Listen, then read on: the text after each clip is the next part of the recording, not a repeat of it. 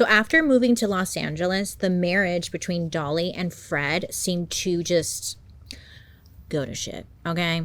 Look, well, it was already bad, but I guess it got worse. Like, Fred began drinking more and more, and then they would get into arguments all the time. And it was said that sometimes the arguments would become violent. So August 22nd, 1922, Dolly and Fred, I guess they were in another one of their heated arguments.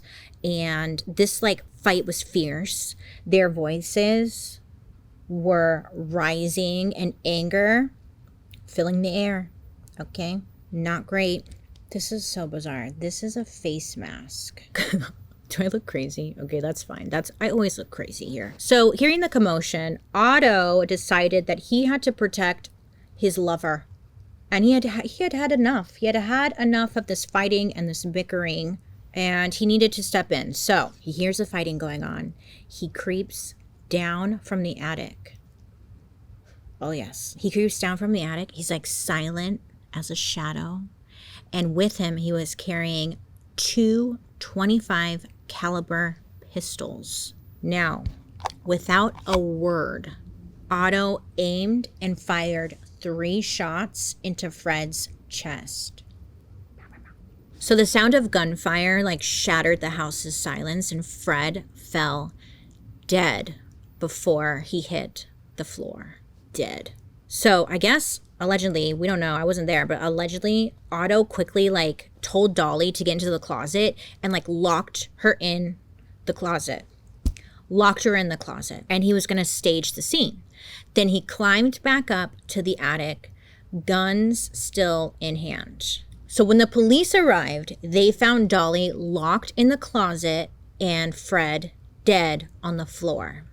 So police, they suspected a robbery was the motive because Fred's gold watch, a very expensive gold watch, was missing. It was taken by Otto, but it was missing. And Dolly was locked in the closet, which couldn't have been locked from the inside.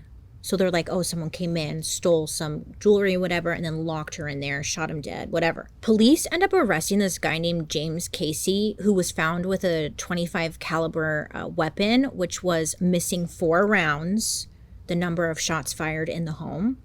I'm not sure how they connected him to it, but they thought it was this guy for a while. Then they realized it wasn't this guy.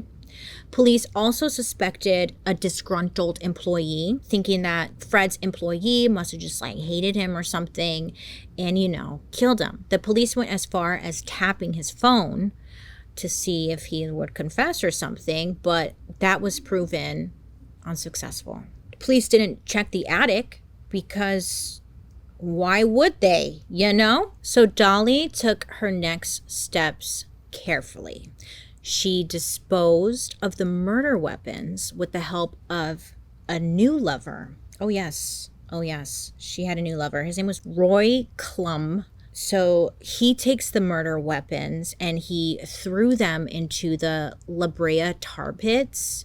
It's in Los Angeles. It's these big tar pits where, like, if you throw something in there, it'll get sucked down and then you'll never see it again. It's very bizarre.